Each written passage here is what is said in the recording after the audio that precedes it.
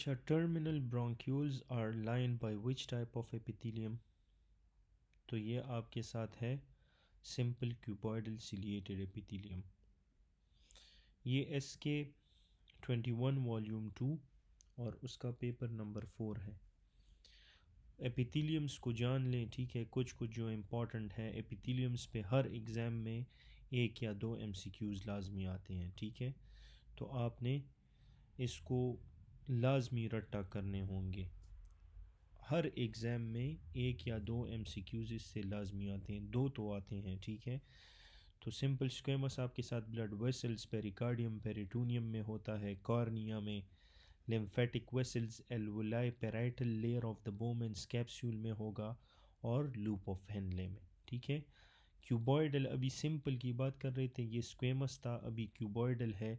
Cuboidal आपको ovary thyroid follicles choroid plexus में मिलेगा, पिगमेंटेड लेयर ऑफ रेटिना में, पीसीटी डीसीटी कलेक्टिंग डक्ट्स में, ठीक है, एल्वियोलर डक्ट और सैक में, टर्मिनल और रेस्पिरेटरी ब्रोंक्यूल। तो अभी जो यहाँ पे एमसीक्यू आया था, simple cuboidal epithelium is found in the terminal and respiratory bronchioles. फिर इसके बाद है कि सिंपल कोलमनर आपको मिलता है यूट्रस और फेलोपियन ट्यूब्स में, ठीक है। और सिंपल कोलमनर ये सिलिएटेड है। नॉन सिलिएटेड आपको मिलेगा जीआईटी में, stomach gall bladder intestine, rectum endocervix ejaculatory duct and efferent ductules. तो इन सारों में आपको नॉन सिलिएटेड मिलेगा, ठीक है। सूडो स्ट्रेटिफाइड के बारे में भी आप पढ़ लो थोड़ा सा। जो सिलिएटेड कोलमनर है, nasal cavity, nasopharynx, larynx, primary bronchi trachea में होगा। जो आपके साथ नॉन सिलिएटेड सूडो स्ट्रेटिफाइड है, वो membranes urethra, phenyl urethra, prostate, ductus deference वगैरह में, एपिडिडिमस सेमिनल वेसिकल्स वगैरह में आपको मिलेगा। अच्छा, ethics in medicine primary refers to what? तो ethics in medicine refers to your moral conduct, code of conduct, ठीक है। अच्छा,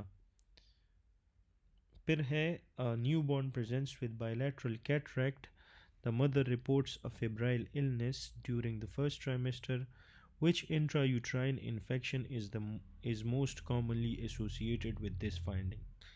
न्यूबॉर्न है, उसको कैटरैक्ट हुआ है, ठीक है, बायलैटरल कैटरैक्ट। तो इसके बारे में हमने पिछले पेपर में भी पढ़ा है। कैटरैक्ट, डेफनेस, ये सारी चीज़ें आपके साथ रूबेला कॉज करवाती है, ठीक है। और इसमें आपने याद रखना है, before 6 week it causes cataract, after 7 weeks it causes cataract, after 7 week it causes deafness. और ओवरऑल मोस्ट कॉमन की पूछे के बारे में पूछेंगे तो उसमें आपने डेफनेस इसका कॉम्प्लिकेशन है। 30 year old man falls from a height and lands on his shoulder, resulting in arm adduction, internal rotation and pronated forearm।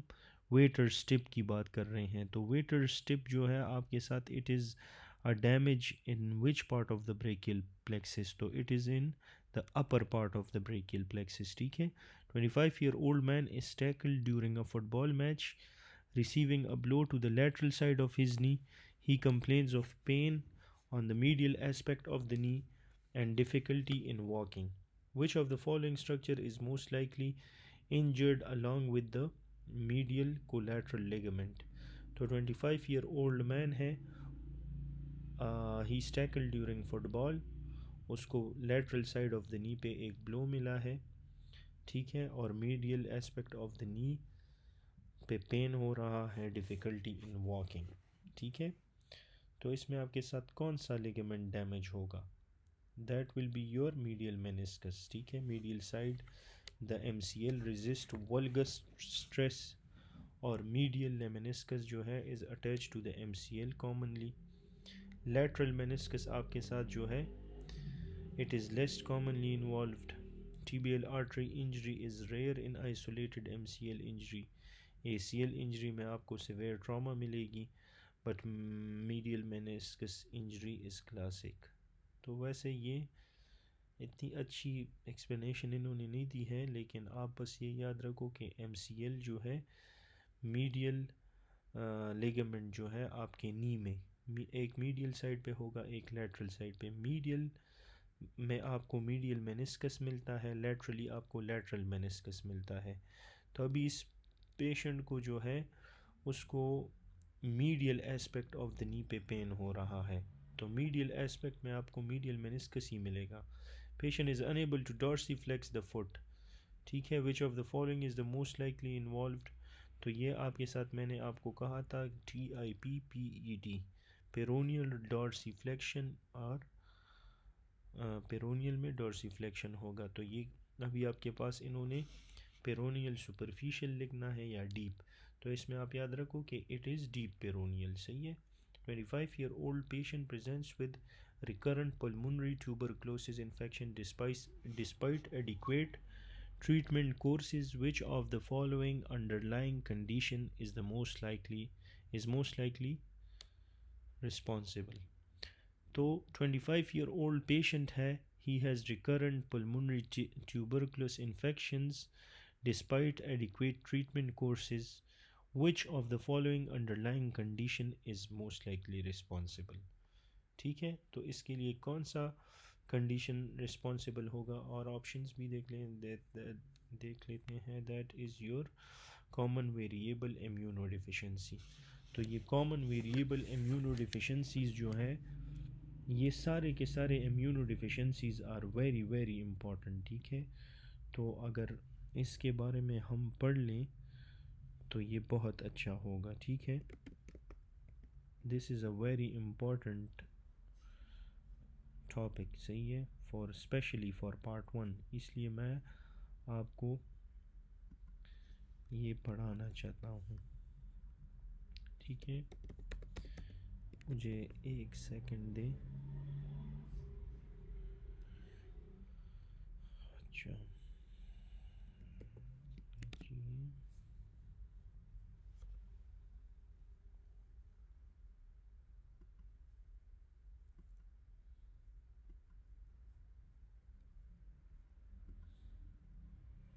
अच्छा, तो ये है आपके साथ इम्यूनो डिफिशेंसीज, ठीक है।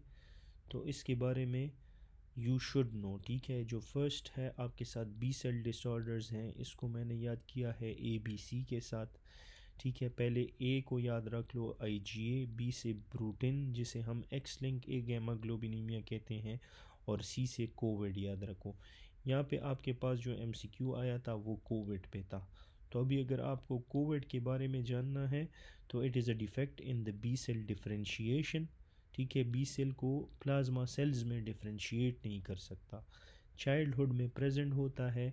Increase risk of auto immune disease, bronchiectasis, lymphoma, sinopulmonary infections, ठीक है। ये प्यूबर्टी के बाद डायग्नोज होता है। प्लाज्मा सेल्स और इम्यूनोग्लोबिन्स इसमें कम होंगे, ठीक है। ब्रूटिन्स का कीवर्ड है बी, तो बी से आप सारी चीज़ें याद रखो कि BTK जीन डिफेक्ट है, नो बी सेल्स हैं, बॉयज़ में होगा, ठीक है। इसके अलावा याद रखें कि इसमें मैटरनल IgG कम होगा, एब्सेंट बी सेल्स होंगे, सारे क्लासेस ऑफ इम्यूनोग्लोबिन्स आपके साथ कम होंगे, और एब्सेंट और स्कैंटी लिम्फ नोड नज़र आएगा। जर्मिनल सेंटर्स और लाइव वैक्सीन्स इसमें कॉन्ट्राइंडिकेटेड होते हैं, ठीक है। और सेलेक्टिव IgA डिफिशेंसी का मतलब है कि IgA की डिफिशेंसी होगी, तो इसमें A is the keyword. It is asymptomatic, can see airway and GI infection, can be seen in airway and GI infections। autoimmune disease है, एटोपी एनाफाइलेक्सिस के साथ इसका एसोसिएशन है, ठीक है। इसमें IgA कम होगा और normal gamma levels GM IgG और M नॉर्मल होंगे, ठीक है। तो इसमें इंक्रीज ससेप्टिबिलिटी है GRDasis के लिए, and can also give a false negative celiac disease test, ठीक है। तो ये ABC मैंने आपको सिर्फ बी सेल डिसऑर्डर पढ़वा लिए यहाँ पे।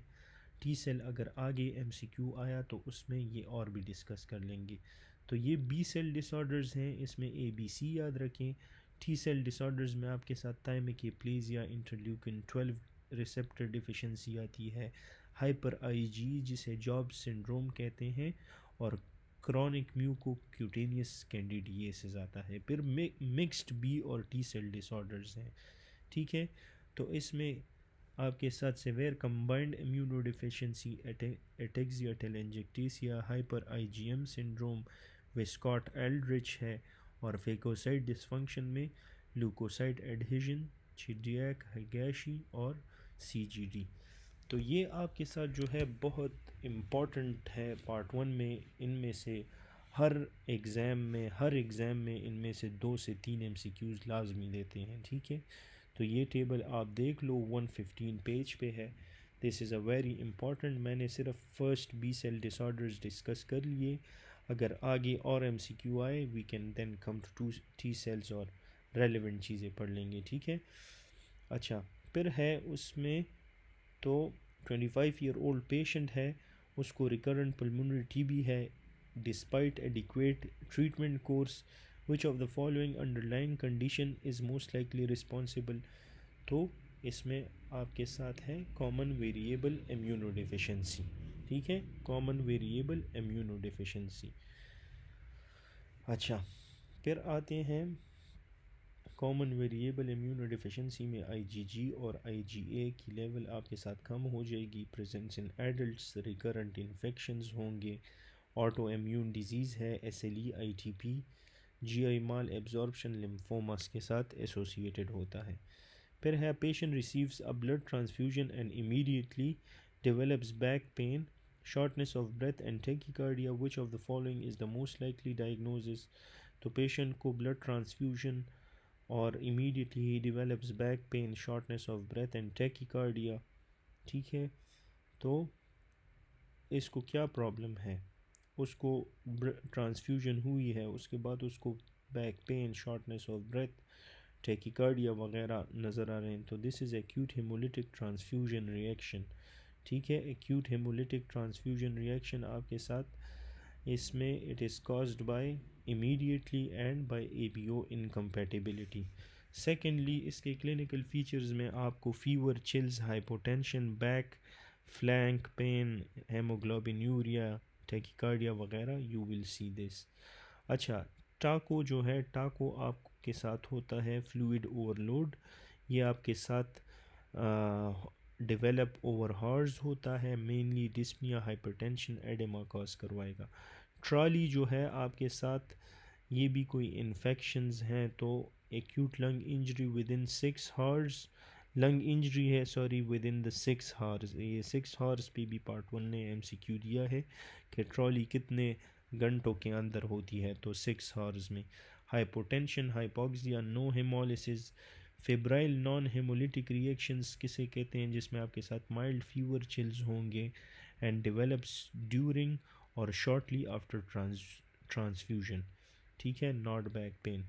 N elderly patient male with severe atherosclerosis develop acute abdominal pain on laparotomy.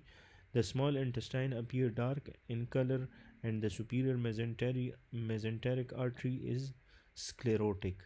What is the most likely pathological type of small intestine? ठीक है, तो इसको एथीरोस्क्लेरोसिस डेवलप हुई है, स्मॉल इंटेस्टाइन आपको डार्क नज़र आ रहा है और superior mesenteric artery is sclerotic. तो ये आपके साथ मेन बात है, ठीक है। तो उसको जो है स्मॉल इंटेस्टाइन आपके साथ क्या चीज़ का किस में होता है, ये आपके साथ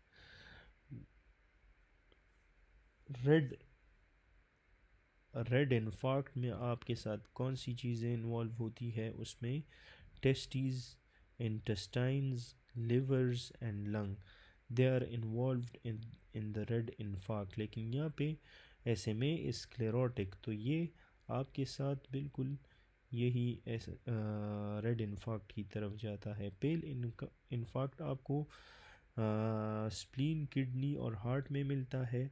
रेड इन्फार्क्ट, पेल इन्फार्क्ट को हम जो है आर्टीरियल ऑक्लूजन भी कहते हैं, और जो रेड इन्फार्क्ट है उसे हम हेमोरेजिक इन्फार्क्ट भी कहते हैं, ठीक है। और इसमें आपके साथ वीनस ऑक्लूजन होती है, ठीक है। तो ये आप याद रखें। सेकेंडली, ये SMA जब भी इसकी आर्टीरियल ऑक्लूजन होगी और इंटेस्टाइन भी इन्वॉल्व है, तो this becomes option number C red infarct, ठीक है। अच्छा, रेड इन्फार्क्ट के बारे में याद रखें कि इसमें आपके साथ डुअल ब्लड सप्लाई होगी, ठीक है, ये इम्पॉर्टेंट बात है इसमें, ठीक है। ऐसे में cause a sudden loss of blood flow to the small intestine because the small intestine normally receives a dual blood supply with rich collateral circulation from both the SMA and its marginal branches, ठीक है। तो ये आप बस याद रख लें, जितना मैंने आपको बता दिया वो बहुत इम्पोर्टेंट बातें हैं। A phenotypic female presents with primary amenorrhea and scant pubic hair। Genetic testing पे आपको 46XY नज़र आ रहा है। तो मैंने आपसे ये भी कहा था double x catch, double x होगा सो उसमें आपने याद रखना है CAH को। अगर XY है तो ये आपके साथ एंड्रोजन इनसेंसिटिविटी सिंड्रोम की तरफ जा रहा है, ठीक है। तो ये इसका एक निमोनिक है, या आप अपने लिए इसको याद रखें। 46XY नॉर्मली भी होता है, लेकिन आपके साथ ये आपको डाउन में भी मिलेगा, डाउन सिंड्रोम में। उसके अलावा एंड्रोजन इनसेंसिटिविटी सिंड्रोम में भी मिल सकता है, ठीक है। और क्लाइनफिल्टर में तो डबल XY होता है, और XY is normal female as well. तो ये अच्छा, फिर इसके बाद ये नेक्स्ट MCQ इन्होंने नहीं दिया, लेकिन ये एमाइलोइडोसिस पे है। AL amyloidosis derived from immunoglobulin light chains usually produced by plasma cell dyskaryosis. It is typically systemic, affecting kidney, heart, liver, nerves, GI tract. Localized amyloidosis में आपके साथ deposits limited to single organ होंगे। अच्छा, ये सारे amyloidosis के types हैं। ये AA एमाइलोइडोसिस है, तो ये आपके साथ क्रॉनिक इन्फ्लेमेशन में होता है। डायलिसिस रिलेटेड एमाइलोइडोसिस है। तो ये सारी चीज़ें आप अपने लिए पढ़ लें, ठीक है। Patient presents after a spinal cord injury and is unable to void urine. Which spinal segment are most likely involved? तो कौन से spinal segments will be involve? That are S2, S3 and S4। 35-year-old patient is HCV antibody positive. During routine screening, he has no symptoms and normal liver function test. What is the most appropriate management? Can be slowed by interventions like that is your reduced caloric intake, ठीक है। तो इस पे this is a little bit misprinted, लेकिन aging involves accumulation of the cellular damage, reduced repair and metabolic decline. Calorie restriction is experimentally shown to slow down aging by reducing oxidative stress, enhancing autophagy, and modulating nutrient sensing pathways. अच्छा, फिर है which of the following has the greatest effect on increasing heart rate and cardiac output? तो कौन सा ऐसा है जिसका greatest affect है, हार्ट रेट को इंक्रीज़ कर रहा है, कार्डिक आउटपुट को इंक्रीज़ कर रहा है? That is your epinephrine. Epinephrine stimulate करता है बीटा 1 एड्रीनर्जिक रिसेप्टर को हार्ट में, जिसकी वजह से वो हार्ट रेट इंक्रीज़ करेगा, contractility, stroke volume, cardiac output को इंक्रीज़ करेगा। एक्सरसाइज में आपके साथ हार्ट रेट इंक्रीज़ होता है और कार्डिक आउटपुट भी वाया द सिंपैथेटिक एक्टिवेशन, ठीक है। But the effect is physiological and less rapid than exogenous epinephrine. Dopamine आपके साथ हार्ट रेट इंक्रीज़ करता है at higher doses, but effect depends on the dose. Thyroid hormone increase BMR and cardiac output over days but not immediately, ठीक है। तो आपने इन्होंने आपसे कहा है कौन सा है हार्ट रेट इंक्रीज़ कर रहा है ग्रेटेस्ट अफेक्ट में, तो स्ट्रॉन्गली सबसे स्ट्रॉन्गेस्ट हार्ट रेट को जो करता है that is your epinephrine which acts on the beta 1 in the heart, beta 1 receptors of the heart. तो सबसे अच्छा इसमें है एपिनेफ्रीन। फिर है a patient is on long term anti parkinsonism drugs dyskinesia वगैरह उसको डेवलप हुई, अप रोलिंग आइज़ है and drooling from the mouth है, तो इसका बेस्ट और treatment option is it is valbenazine और अदर VMAT2 इनहिबिटर्स। तो ये टार्डेटिव डिस्काइनेसिया है, late onset involuntary movement disorder है, जिसमें आपके साथ long term dopamine receptor blocking होती है, long term dopamine receptor blocking drugs और anti Parkinson drugs like levodopa in some cases. अच्छा, फीचर्स में आपके साथ orofacial movements, tongue protrusion, up rolling of eyes and drooling होगा। वी मेट टू इनहिबिटर्स आपके साथ reduce dopamine release in synapse, first line treatment for tardive dyskinesia. तो टार्डेटिव dyskinesia में आपने VMAT2 इनहिबिटर्स देने हैं, ठीक है, दैट आर वेलबेंजीन एंड डो टेट्राबेंजीन। ये चीज़ें हमें भी खुद भी नहीं आती, लेकिन बस आपने जाननी होंगी। टार्डेटिव डिस्काइनेसिया तो आसान है, उसमें वो लिप स्मैकिंग और ये आईज क्लोजिंग का इस तरह के फीचर्स भी आपको मिलते हैं, ठीक है। टंग भी प्रोट्रूड करता है, ठीक है, आइस को रोल करता है। तो ये फिर इसमें आपने वीमैट इनहिबिटर्स देने हैं, जिसमें वेलबेंजीन डू टेट्राबेंजीन आते हैं, ये आपके साथ डोपामीन रिलीज़ को रिड्यूस करते हैं। और ब्रोमोक्रिप्टीन जो है आपने पार्किंसोनिज्म में देना है, ये आपके साथ टार्डेटिव डिस्काइनेसिया को वर्स कर सकता है। स्विचिंग और डोज रिडक्शन में help prevent progression but does not reverse establish tardive dyskinesia. A newborn is delivered to an HIV positive mother. Which test is most appropriate to check for HIV infection in the child? तो HIV infection in the child के लिए आपने HIV PCR करना होगा। Detects viral genetic material directly in the newborn and is preferred method for early diagnosis.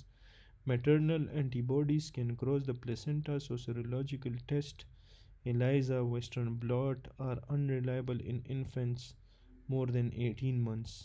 Western blot ELISA detect HIV antibodies but cannot distinguish maternal antibodies from infants' infection in the first month.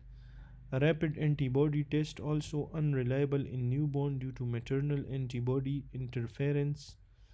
Acha, a patient with history of carotid endarterectomy reports dizziness and lightheadedness when using his right arm. Which artery is most likely responsible? एक patient है, he has a history of carotid endarterectomy. He reports dizziness and lightheadedness. जब वो आपके साथ right arm use कर रहा है, तो इसमें आपके साथ vertebral artery will be involved, सही है। सबक्लेवियन स्टील सिंड्रोम होता है, जिसमें स्टीनोसिस या ऑक्लूजन होती है प्रॉक्सिमल सबक्लेवियन आर्टरी की, और आपके साथ वो retrograde flow in the ipsilateral vertebral artery cause करवाता है, विच लीड्स टू डिजीनेस और light headedness during an arm exertion. External carotid artery आपके साथ सप्लाई करता है फेस एंड स्कैल्प को। Internal carotid artery supplies the brain. Stenosis causes focal deficits, not exercise induced dizziness. Thyrocervical trunk जो है, it is a branch of the subclavian artery supplying the neck muscles, and the thyroid does not contribute to the cerebral blood flow, so it is not responsible for these symptoms. अच्छा, फिर है 32-year-old pregnant woman presents with pain and swelling at the base of her thumb. Pain और swelling है at the base of the thumb. Examination पे there is localized tenderness over the radial styloid process. Radial styloid process पे आपको tenderness नज़र आ रही है, तो इसके लिए आप कौन सा क्लिनिकल टेस्ट करवाओगे? तो ये आपके साथ एंटीरियर टीनोसाइनोवाइटिस का सिनेरियो है, ठीक है। तो इसमें हम फिंकलस्टीन टेस्ट करवाएंगे। टीनोसाइनोवाइटिस जो है, इसे हम डीकर्वेनियन टीनोसाइनोवाइटिस भी कहते हैं, ठीक है। इसमें आपके साथ इन्फ्लेमेशन होती है of the first dorsal compartment of the tendon, pollicis longus and extensor pollicis Brevis. तो इसमें हम फिंकलस्टीन टेस्ट करते हैं, जिसमें हम पेशेंट को कहते हैं कि आप जो है अपने थंब को, इसने अपने सारे फिंगर्स को फ्यूज़ करना है और थंब को इन उनके अंदर करना है, ठीक है। अभी ये मैं आपको कैमरा में दिखा नहीं सकता, लेकिन आप अपने थंब को अपने चारों फिंगर्स के, उससे अपने 4 फिंगर्स अंदर की तरफ रोल करवाएं, ठीक है। फिर पेशेंट को आपने कहना है कि अपने हाथ को आप नीचे की तरफ बेंड करो, ठीक है। नीचे की तरफ बेंड करेगा तो उसको जो है पेन होगा, ठीक है। तो फिंकलस्टीन टेस्ट जो है, मैं आपको, चले इसका मैं आपको एक इमेज दिखा देता हूँ, ठीक है। फिंकलस्टीन टेस्ट जो है, तो आपने क्या करना है, ये आपके साथ है फिंकलस्टीन टेस्ट, ठीक है। आपने पेशेंट को कहना है कि थंब को अंदर करो, उसके ऊपर अपने चारों फिंगर्स आपने रोल करवाने हैं, ठीक है। रोल कर लिए तो जब आप हैंड को टिल्ट करते हो डाउनवर्ड की तरफ, तो उसमें आपको पेन, यहाँ पे पेन शुरू हो जाता है, ठीक है। तो इसका मतलब है कि अभी आते हैं, ये आपके साथ था डी कर्वेनियंटिनो साइनोवाइटिस, ठीक है। First dorsal compartment tendon involve होगा, pollicis longus, abductor pollicis longus, extensor pollicis brevis, जो आपके साथ रेडियल रिस्ट पेन कॉज करवाएंगे। फिंकलस्टीन टेस्ट करवाते हैं, पेशेंट मेक्स अ फस है कि क्या है, fuse with the thumb inside and the wrist in the ulnarly deviated sharp pain along the radial wrist indicates positive test। टिनल और फैलन हम करते हैं कार्पल टनल सिंड्रोम के लिए, टिनल में भी हम टैपिंग करते हैं, इस रिस्ट जॉइंट में हम टैपिंग करते हैं तो उस पर आपको पेन मिलता है या नमनेस मिलती है हैंड में, और फैलन भी है। इन दोनों में से जो है मोस्ट स्पेसिफिक आपके साथ फैलन है, लेकिन क्लिनिकली सबसे ज़्यादा टिनल होता है, ठीक है, क्योंकि फैलन में आपको समटाइम्स फॉल्स नेगेटिव रिजल्ट्स भी मिलते हैं। एक होता है कोजन्स टेस्ट, ये कोजन्स टेस्ट हम करते हैं लैटरल एपिकोंडाइलाइटिस के लिए, इसे हम टेनिस एल्बो कहते हैं। एक होता है गोल्फर्स एल्बो, एक होता है टेनिस एल्बो। तो गोल्फर्स एल्बो में आपके साथ मीडियल एपिकोंडाइलाइटिस इन्वॉल्व होता है, जो टेनिस एल्बो है उसमें यू विल गेट लेटरल एपिकोंडाइलाइटिस। तो लेटरल एपिकोंडाइलाइटिस के लिए हम करते हैं कॉजिन्स टेस्ट, कॉजिन्स टेस्ट, ठीक है। तो कॉजिन्स टेस्ट क्या है, इसमें आपने ये देखें, ये आपने Cozen test is use to indicate lateral epicondylitis of the elbow joint और tennis elbow, resisted wrist extension test, ठीक है, और रेजिस्टिव टेनिस एल्बो टेस्ट भी इसे हम कहते हैं, ठीक है। तो ये आसान हो गया आपके लिए कि बस आप इसमें अपने लिए इसको और जान लो, ठीक है। तो ये कॉजन्स टेस्ट हम करते हैं लेटरल एपिकोंडाइलाइटिस के लिए। मैक्सिमम ब्रोंकियल कंस्ट्रिक्शन आपके साथ कहाँ कब ऑकर होगी, in early morning. Bronchial constriction जो है, बंदा सुबह उठता है तो उसका नाक भी बंद होता है और उसको जो है उसको मैक्सिमम ब्रोंकियल कंस्ट्रिक्शंस होते हैं in the morning. Bronchial tone जो है फॉलोज अ सर्केडियम रिदम, ये आपको मैक्सिमम मिलेगा इन द मॉर्निंग और डिक्रीज्ड होगा इन द नाइट टाइम, ठीक है। Peak bronchial constriction occur in early morning. The normal systolic pressure in the right aorta is 120। what is the normal systolic pressure in the right ventricle? तो aorta में normally आपके साथ 120 है, ठीक है। अभी सिस्टोलिक प्रेशर पूछ रहे हैं राइट वेंट्रिकल में, तो राइट वेंट्रिकल में आपके साथ होगा 25/0, ठीक है। प्रेशर इन द हार्ट आपके साथ क्या होता है, left side of the heart are normally higher than the right side, ठीक है। लेफ़्ट साइड के प्रेशर ज़्यादा होते हैं, लेफ़्ट एट्रियम में 2 to 8 मिलीमीटर HG होगा, राइट एट्रियम में 0 to 5 होगा, ठीक है। लेफ़्ट वेंट्रिकल में, अच्छा लेफ़्ट साइड में आपको अभी देखते हैं, ऊपर एट्रियम में 2 to 8 होगा, लेफ़्ट वेंट्रिकल में 2 से लेके 120 तक होता है। राइट एट्रियम में 0 to 5 होता है, राइट वेंट्रिकल में आपको 0 to 35 मिलेगा। एओर्टा में आपको 80 to 120 मिलता है, पल्मोनरी आर्टरी में आपको 10 to 25 मिलीमीटर HG प्रेशर मिलेगा। तो ये आपने याद रखनी है, ठीक है। और आपके साथ बस इसमें यही पॉइंट्स हैं, ठीक है। A 65-year-old man with a lacunar stroke affecting the internal capsule is found to have weakness and sensory loss on the right side of his body. The damaged area is primarily composed of which tissues? तो they are composed of white matter, ठीक है। lacunar stroke internal capsule को affect कर रहा है और weakness and sensory loss in the right side of the body. तो जो डैमेज्ड एरिया है that is composed of white matter. Internal capsule आपके साथ myelinated axon white matter consist करता है, जो आपके साथ कैरी करते हैं मोटर एंड सेंसरी फाइबर्स को, ठीक है, between the cerebral cortex and the brain stem.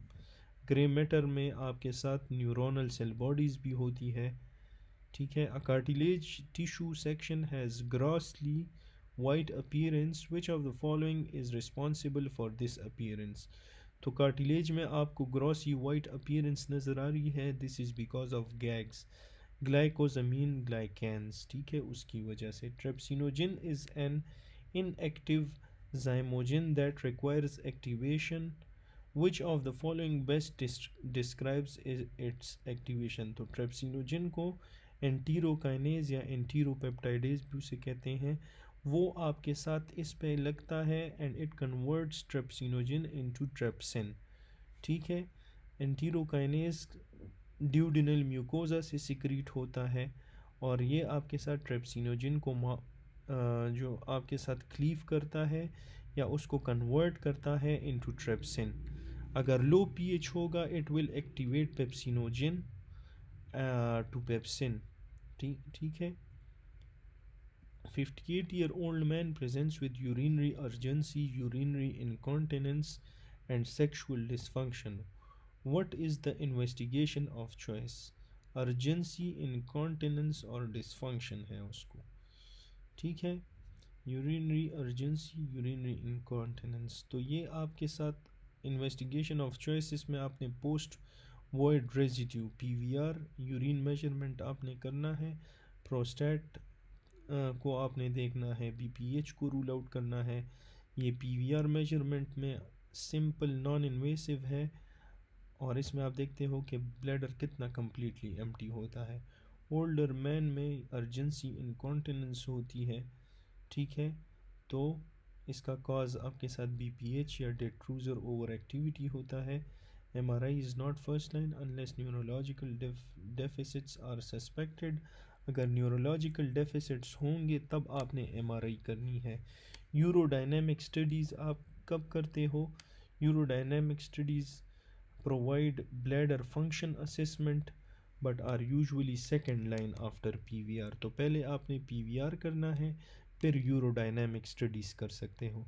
Prostatic ultrasound आपके साथ BPH को डिटेक्ट करता है but does not assesses the bladder emptying directly.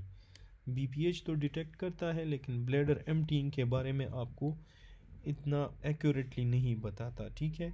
तो सबसे पहले आपने PVR करना है, फिर आपने यूरोडायनेमिक स्टडीज़ करने हैं। अगर कोई न्यूरोलॉजिकल डेफिसिट होगा तो उसमें फिर आप MRI की तरफ जा सकते हो, ठीक है। A patient is advised a low fat diet, which of the following lipoprotein levels is most likely to decrease as a result? Low fat diet ले रहा है, इससे आपके साथ कौन सी चीज़ डिक्रीज होती है? That is your chylomicrons. Chylomicrons हैं, ये आपके साथ पिछले पेपर में भी रिपीट हुआ है, ठीक है। तो ये आपके साथ इन्होंने एक टेबल दिया है about HDL, LDL, VLDL, CMs। तो ये बहुत इम्पोर्टेंट और अच्छा टेबल इन्होंने दिया है। HDL सिंथेसाइज्ड होता है in liver, normal more than 50 होगा, smallest size, highest lipoprotein content, phospholipids में हाईएस्ट अमाउंट ऑफ कंटेंट होगा, ए बैंड ऑन इलेक्ट्रोफोरेसिस। इसमें आपको ApoACDE मिलता है। ApoA1 इज़ HDL रिसेप्टर और transfer of cholesterol from periphery to the livers which is a good cholesterol periphery muscles and fat tissue involve करेगा। तो ये आप अपने लिए पढ़ लो। इसमें आपको ये जानना है कि LDL में ApoB100 होता है, ApoCE, ठीक है, और ApoB100 के अलावा इसमें हाईएस्ट कोलेस्ट्रॉल की कंटेंट होगी, ठीक है, ये याद रखना है। VLDL में जो है इट, इसमें आप ApoB100 ये तो ठीक है, लेकिन it converts into IDL, high tags content, तो इसके बारे में ये चीज़ याद रखो, ठीक है। और CMs के बारे में आप याद रखो कि it has highest tag content, ठीक है। ये चीज़ें तो इन सारों पे MCQs आते हैं, ये बहुत इम्पॉर्टेंट है स्पेशली फॉर पार्ट 1, ठीक है। उसमें हमेशा इनसे भी एक MCQ उन्होंने दिया होता है। अच्छा, which artery primary supplies the thalamus, epithalamus and hypothalamus, तो सारे थैलेमस को कौन सप्लाई करता है? That is your posterior cerebral artery, PCA। ये रिपीटेड MCQ है। थैलेमस के जितने भी ये पार्ट्स हैं इनको पोस्टीरियर सेरेब्रल आर्टरी सप्लाई करता है, ठीक है। The prominent pneumotaxic centre in the pons, तो न्यूमोटैक्सिक सेंटर का क्या है काम है? ये आपके साथ लिमिट करता है इंस्पायरेशन को, इट लिमिट्स इंस्पायरेशन, ठीक है। ये डॉर्सल और वेंट्रल के बारे में इन्होंने बताया है। तो इसमें मैंने आपको डाइव का एक निमोनिक बताया था, DIVE। वेंट्रल का काम एक्सरसाइज के साथ होता है, डॉर्सल का काम इंस्पायरेशन के साथ, ventral both inspiration plus expiration, ये मैंने आपको बताया था, ठीक है। बाकी ये आप पढ़ सकते हो। न्यूमोटैक्सिक सेंटर जो है पॉन्स में होता है, इस पे बहुत ज़्यादा MCQ आया है, ठीक है, ये न्यूमोटैक्सिक सेंटर पे। और ये आपके साथ इंस्पायरेशन एपिन्यूएस्टिक आपके साथ लोअर पॉन में होता है, न्यूमोटैक्सिक अपर पॉन्स में होता है। ये इंस्पायरेशन को लिमिट करता है और ये स्टिमुलेट करता है इंस्पायरेशन को, ठीक है। तो ये चीज़ें आपने याद रखनी होगी। फिर इसके बाद आते हैं, a patient presents with sudden onset of vomiting a few hours after eating contaminated food, which feature is most likely characteristic of food-borne Clostridium botulism poisoning। तो इसमें आपको प्रोजेक्टाइल वॉमिटिंग मिलती है, ठीक है। बट ये मैंने आपको अभी अभी थोड़ी देर पहले लास्ट लेक्चर में पढ़ाया है। क्लॉस्ट्रीडियम बोटुलिनम में प्रीफॉर्म टॉक्सिन होते हैं इन इम्प्रॉपरली केन्ड और प्रिजर्व फूड। GI सिम्टम्स होंगे, सडन वॉमिटिंग होगा, रिस्पायरेटरी अरेस्ट और पैरालिसिस भी हो सकता है, ठीक है। डायरिया और एब्डोमिनल पेन हो सकता है, और प्रोजेक्टाइल वॉमिटिंग इसका अर्ली हॉलमार्क है, ठीक है। फिर इसके बाद आते हैं portal hypertension primary develop due to increased resistance to blood flow in the liver at the cellular level which is the main contributor to portal hypertension जो है उसका मेन कंट्रीब्यूटर के बारे में पूछ रहे हैं। That are your hepatic stellate cells, जिसे हम कहते हैं एक्टिवेटेड पेरिसाइनोसाइडल सेल्स भी, ठीक है। तो ये आपके साथ क्या करते हैं? These are the main contributor in portal hypertension, ठीक है।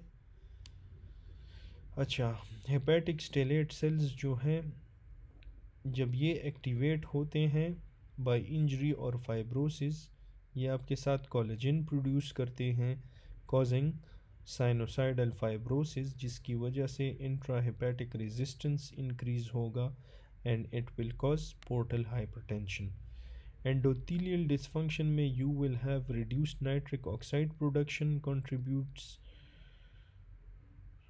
और उसके अलावा but stellate cells are the primary, ठीक है। वेस्कुलर साइनोसाइडल कंप्रेशन किसे कहती हैं?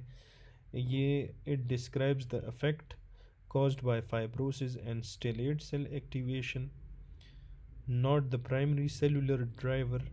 Lymphatic cells में not involved in resistance to portal blood flow, ठीक है। और portal hypertension is mainly activated by stellate cells causing fibrosis and sinusoidal resistance with vascular compromise as a secondary effect। अच्छा, फिर है when cold water is placed in the external air during caloric test, the cellular mechanism in the horizontal semicircular canal hair cells that lead to nystagmus is, तो जो आपके साथ cold water जब आप external air में डालते हो और इसमें the cellular mechanism in which horizontal semicircular canal hair cells that lead to nystagmus is hyperpolarization of the hair cells, जिसकी वजह से डिक्रीज वेस्टिबुलर नर्व फायरिंग होगा, ठीक है। तो हाइपरपोलराइजेशन को आप याद रखो, जब कोल्ड वाटर आप हॉरिजॉन्टल सेमीसर्कुलर कैनाल में डालते हो तो इसकी वजह से एंडोलिम्फ सिंक हो जाता है, तो it deflects cupula away from the kinocilium. This hyperpolarized hair cell reduces the firing rate of the vestibular nerve on that side.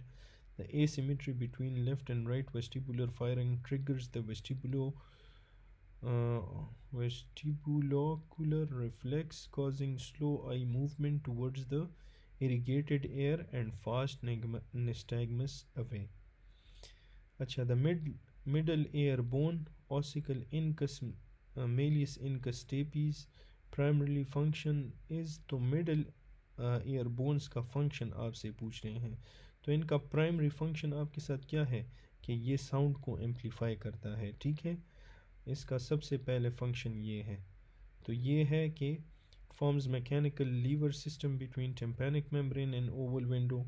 Main function amplify sound pressure, और अदर ऑप्शन में protect ear from loud sound. This is primarily done by the stapedius and tensor tympani muscles। increase या decrease in frequency कब होगा? when ossicle do not change frequency, they transmit vibration as they are, अच्छा, transmit sound to oval window, true, but ये आपसे options के बारे में कह रहे हैं, ठीक है। आपको ऑप्शंस बता रहे हैं कि ये वाला ऑप्शन क्यों नहीं है और ये वाला क्यों नहीं है, ठीक है। कि इंक्रीज डिक्रीज फ्रीक्वेंसी क्यों नहीं है, ट्रांसमिट साउंड की बात क्यों नहीं है, ठीक है। तो मेन फंक्शन आप याद रखो कि इसका मेन फंक्शन है टू एम्पलीफाई द साउंड, ठीक है। इसके बाद आते हैं, अच्छा, Ahmed felt elated and happy after his psychology presentation was well received. The nuclei primarily involved in generating this emotional response lies in, तो अहमद elate फील कर रहा है और happy after psychology presentation was well received, तो ऐसे emotional responses के लिए कौन सा न्यूक्लियाई इन्वॉल्व है? That is the medial pre optic nucleus, ठीक है। मीडियल प्री ऑप्टिक न्यूक्लियस आपके साथ रिवॉर्ड, मोटिवेशन और पॉजिटिव इमोशनल रिस्पॉन्स में इन्वॉल्व होता है, ठीक है। और इंटीग्रेट लिम्बिक इनपुट्स, VMH जो है it is involve in the satisfactory feeding and aggression. Ventromedial जो है, वेंट्रोलेटरल आपके साथ associated with sleep, arousal, positive emotions के साथ। पोस्टीरियर प्री ऑप्टिक न्यूक्लियस का काम होता है थर्मो रेगुलेशन करवाना और स्लीप वेक साइकिल्स के साथ, ठीक है। A male presents with fever of 104 for 4 days and color urine for 1 day, derange LFT, increase unconjugated bilirubin, bite cell। तो bite cell आ गया है सिंपल, ये आपको G6PD में मिलेगा, ठीक है, bite cells। अच्छा, फिर इसके बाद है ये अगर आपने पढ़ना है तो पढ़ लें। 35 a patient presents with fever, chills, jaundice and cola color urine, shows decreased hemoglobin, reticulocytes increase, LDH increase and total bilirubin increase. What is the most likely cause? तो इसका most likely cause is for falciparum malaria. Black water fever severe complication है falciparum malaria का। Intravascular haemolysis होता है। Cola का urine jaundice fever chills होंगे। G6PD ये बाकी एग्जांपल्स क्यों नहीं है तो इनका ये रीज़न आप पढ़िए, ठीक है। फिर है 38-year-old male presents with fever, decrease haemoglobin and platelet count of 10,000. What is the most likely cause? तो दिस इज़ रिएक्टिव थ्रोम्बोसाइटोपिनिया, ठीक है। रिएक्टिव थ्रोम्बोसाइटोपिनिया में आपके साथ इन्फेक्शन, इन्फ्लेमेशन और bleeding which is accompanied by anemia and fever. Essential thrombocythemia में there is a chronic myeloproliferative disorder presents with isolated thrombocytosis, not acute drop in platelets with anemia and fever. अच्छा, which of the following is a polypeptide hormone? तो growth hormone is a polypeptide hormone. रट्टा करना है, polypeptide is a growth hormone. Pregnant woman in her first trimester was taking anticoagulant. Ultrasound of the fetus shows nasal hypoplasia, depressed nasal bridge and stippled epiphysis. Which drug exposure is most likely the cause? तो that is your warfarin. Pregnant lady की बात कर रही है, she's taking anticoagulant and ultrasound पे nasal hypoplasia, depress nasal bridge है, ये warfarin का साइड इफ़ेक्ट है, ठीक है। तो ये आप याद रखें। अच्छा, ये अभी इन्होंने यहाँ पे कुछ ड्रग्स और उनके कॉजेज़ दिए हैं, तो ये आप पढ़ लें, ठीक है। These are very important. AC, renal failure, oligohydramnios, हाइपरकिलवेरिया, aminoglycoside ototoxicity, alkylating agent, multiple anomalies, facial abnormalities, absence of the digit, and anti-epileptic drug cause neural tube defects, cardiac defect, cleft palate, skeletal abnormalities, phalanx nail hypoplasia, facial dysmorphism. Most commonly due to valproate, carbamazepine, phenytoin, phenobarbital, high dose folate supplementation. Diisbistrol जो है it causes vaginal clear cell adenocarcinoma, congenital Mullerian anomalies. Fluoroquinolone का काम है cartilage damage करवाता है। Folate antagonist neural tube defects करवाते हैं due to ट्राइमेथोट्रेक्सेट। Isotretinoin जो है craniofacial CNS cardiac thymic defects. Contraception is mandatory for this. Lithium abstain anomaly, mezol aplasia cutis, congenital absence of the skin typically on skull, tetracycline, discolored teeth, inhibitor bone growth, thalidomide, limb defects, phecomalia, flipper-like limbs, warfarin, bone and cartilage deformalities, stippled epiphysis, nasal and limb hypoplasia, optic nerve atrophy, cerebral hemorrhage. Use heparin during pregnancy. अच्छा, फिर इन्होंने आपको waves दिए हैं, ठीक है, ECG के waves हैं, तो ये आप पढ़ लें अपने लिए, ठीक है। PE और PR ये सारे, ठीक है।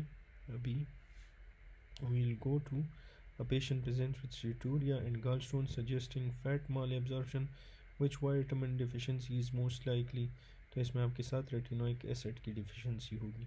6-year-old child with chronic cough, recurrent lung infection and failure to thrive has a positive sweat chloride test, ठीक है। तो इसमें आपके साथ होगा मेटाबॉलिक अल्कलोसिस, ठीक है। तो हमने क्या करना है, हमारे क्रिकेटर की बात रिजवान साहब की कि या तो विन है और या हमने लर्न करना है, ठीक है। तो आपने क्या करना है, आपने यहाँ पे लर्न करना है, ठीक है। तो सिस्टिक फाइब्रोसिस में क्लोराइड लॉस होता है in sweat, sodium and water loss होता है and volume depletion. RAS activation में you have H+ and potassium excretion, hypochloraemic metabolic alkalosis. फिर है 6-year-old child presents with chronic cough, recurrent lung infection, failure to thrive and greasy stool. Sweat chloride test is positive. Which of the following is the most likely test? तो ये तो बहुत इन्होंने आपके लिए, वो हम पश्तो में कहते हैं कि गुड़ लदा रखड़ा, बहुत आसान कर दिया। ठीक है, तो ये आप क्या करते हो कि failure to thrive, greasy stools वगैरह, ये सारी चीज़ें जो हैं आपको सिस्टिक फाइब्रोसिस में मिलती हैं। ठीक है, अच्छा, which of the following vitamin is a potent antioxidant? कौन सा वाइटामिन पोटेंट एंटीऑक्सीडेंट है? That is your ascorbic acid. A 45-year-old patient is scheduled for elective cholecystectomy. The patient is allergic to penicillin. Which antibiotic is the most appropriate for prophylaxis? That is your clindamycin. ठीक है, first line prophylaxis for cholecystectomy, उसमें हम देते हैं cephalosporin, penicillin allergic, clindamycin और vancomycin can be used. Ceftriaxone is a cephalosporin, some risk of cross reactivity in severe penicillin allergy. Amoxicillin penicillin जो है contraindicated due to allergy. 60-year-old patient presents with fatigue, pallor, splenomegaly. Blood tests reveal pancytopenia and teardrop cells. Are red teardrop red cells on peripheral smear? Which of the following diagnostic test? तो इसमें आपने JAK2 mutation देखनी है। ठीक है, pancytopenia, टीयरड्रॉप sales आपको डेक्रोसाइट्स के बारे में बताता है। ठीक है, स्प्लीनोमेगैली ये आपको प्राइमरी माइलोफाइब्रोसिस में मिलता है, जिसमें JAK2 की म्यूटेशन आपको मिलती है। ठीक है, और CALR mutation is present in PMF। ठीक है, patient particular who are JAK2 negative, उसमें कार्ल म्यूटेशन आपको मिलेगी। फिलाडेल्फिया क्रोमोसोम BCR ABL आपको क्रॉनिक माइलॉइड ल्यूकीमिया में नज़र आता है। 21q डाइजॉर्ज में होता है। A 55-year-old male factory worker presents with painless hematuria. He has been working in a chemical industry for the past 20 years. Which of the following is the most likely occupational risk? So he is at risk of developing aromatic amine benzidine to naphthalene. Bladder cancer होता है, mainly transitional cell carcinoma, have several risk factors. Smoking है, occupational exposure है, bladder irritation है।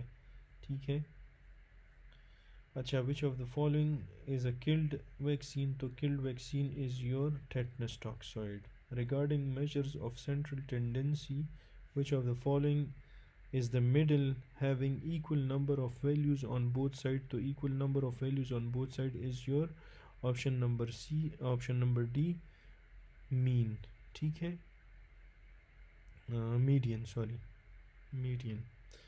तो आपको ये कह रहे हैं कि middle having equal number on both side, तो उसको हम मीडियन ही कहते हैं ना। मीन में हम सारों को ऐड करते हैं, डिवाइडेड बाय जितने नंबर्स हैं वो होता है। मोड में हम जिसकी फ्रीक्वेंसी सबसे ज़्यादा आई हो वो चूज़ करते हैं। मीडियन में हम मिडल वाला लेते हैं। Patient sustains a penetrating injury over the first and second metatarsal region of the dorsum of the foot. Which artery is most likely to be injured? That is your dorsalis pedis artery. Patient presents with inhalational anthrax. Chest X-ray पे आपको widening of mediastinum नज़र आ रही है without obvious pulmonary infiltrate. Which structure is most likely enlarged? So lymph node is most likely enlarged. A patient is diagnosed with Bruton BTK, तो ये हमने पढ़ भी लिया। BTK में आपको क्या होता है? You will get pyogenic bacterial infection. BTK यहाँ X लिंक हेमोग्लोबिनीमिया की बात कर रहे हैं। नो बी सेल मैचुरेशन होती है, ठीक है, बॉयज़ में। और absent B cells, IgG of all classes absent, और स्कैंटी लिम्फ नोड्स होंगे आपके साथ टॉन्सिल्स एंड जर्मिनल सेंटर्स पे, और लाइफ वैक्सीन इज़ कॉन्ट्राइंडिकेटेड। ठीक है, तो इसमें कौन सा इन्फेक्शन इसमें आपको मिलेगा? That is your pyogenic bacterial infections. फिर है during postpartum period the uterus undergoes involution, which cellular mechanism primarily contributes to the breakdown of uterine tissue, that is lysosomal enzyme mediated autolysis. A 10-year-old child from Africa presents with rapidly enlarging jaw swelling. History reveals previous episodes of fever, sore throat, and fatigue. Laboratory test shows atypical lymphocytes, and serology is positive for Epstein-Barr virus. Which of the following condition is most closely associated with EBV? तो EBV के साथ होता है Burkitt's lymphoma. 3-year-old boy presents with self-mutilating behavior. ये भी हमने पढ़ा है. सेल्फ म्यूटिलेटिंग मैंने आपको कहा था, ये एक वर्ड आपको मिल गया तो आपने लीशनीहान सिंड्रोम सस्पेक्ट करना है. Biting his lips and fingers, developmental delay and frequent uric acid, kidney stone, this is Leishman syndrome. Which of the following thyroid cancer has best prognosis? Best prognosis, peerless prognosis आपको papillary carcinoma में मिलती है. ठीक है, peerless mean best. Which tumor is associated with elevated calcitonin level? तो calcitonin level आपको thyroid malignancy में ज़्यादा मिलेगी. ठीक है, तो इसमें हमारे एग्ज़ाम में भी आया था, मैंने उसमें पैराथायरॉयड लिखा था, अभी भी मुझे याद है. लेकिन this calcitonin level is in thyroid malignancy. जो थायराइड में आपको पैराफोलिकुलर सी सेल्स जो हैं वो कैल्सिटोनिन प्रोड्यूस करता है मेडुलरी थायराइड कार्सिनोमा में. ठीक है, तो दिस कैल्सिटोनिन आपको मेडुलरी थायराइड कार्सिनोमा में मिलेगा. फिर है 38-year-old HIV positive man started on new antiretroviral regimen. 2 weeks later, he presents with severe epigastric pain radiating to back, nausea, and vomiting. Labs show amylase and lipase level more than 3x. Which drug in his regimen is most likely cause of these symptoms?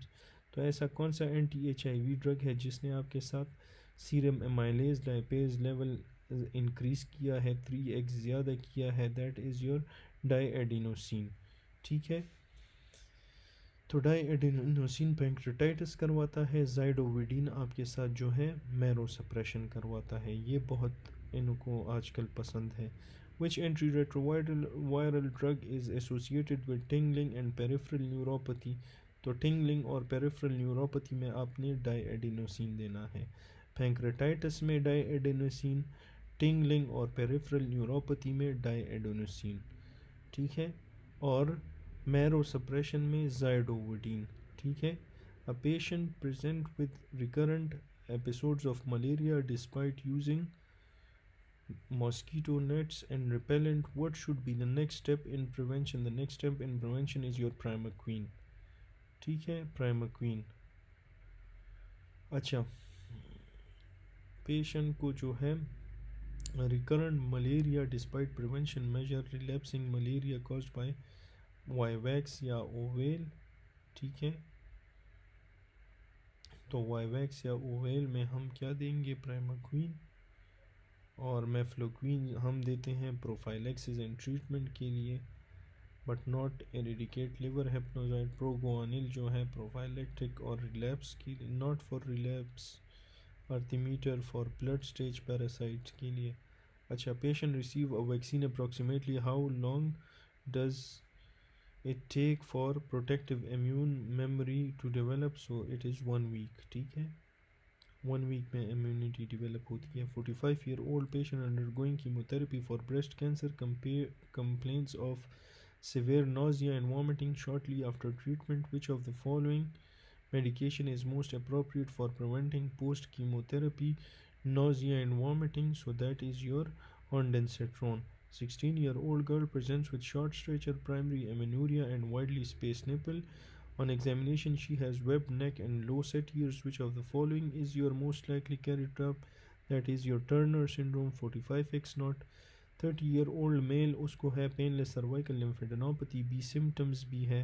तो ये मैंने आपको कहा था, cervical lymphadenopathy with B symptoms Hodgkin की तरफ indicate करता है.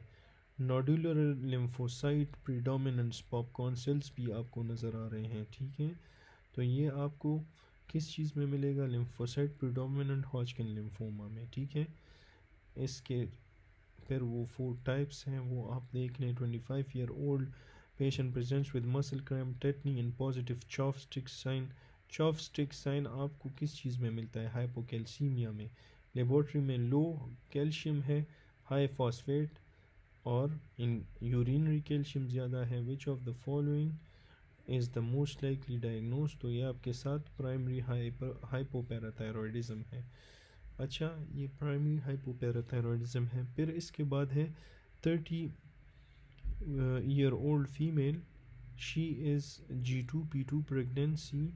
Two deliveries presents to the ER after severe postpartum bleeding. She received a blood transfusion but after a few hours later developed altered level of consciousness, hypotension, tachycardia and cold extremities. Which of the following is the most likely cause? This is hypovolemic shock. ठीक है, you can read this if you want. Which of the following enzyme in snake venom is responsible for increasing tissue permeability? तो tissue permeability को increase करता है snake venom में। That is your option number A, hyaluronidaze. 45-year-old male with unknown diabetes mellitus to the ER with vomiting, abdominal pain and confusion. Laboratory test reveals hyperglycemia, high anion gap metabolic acidosis, ketones in urine consistent with decay during hospitalization. उसको black necrotic lesion है on the nasal bridge and palate. Which organism is most likely responsible? So that is your Rhizopus mucormycosis. Which of the following neurotransmitter associated with excitotoxicity? Excitotoxicity के साथ glutamate associated है. Failure of fusion of frontonasal prominence with maxillary prominence. तो frontonasal cannot fuse with the maxillary prominence. This is your cleft lip.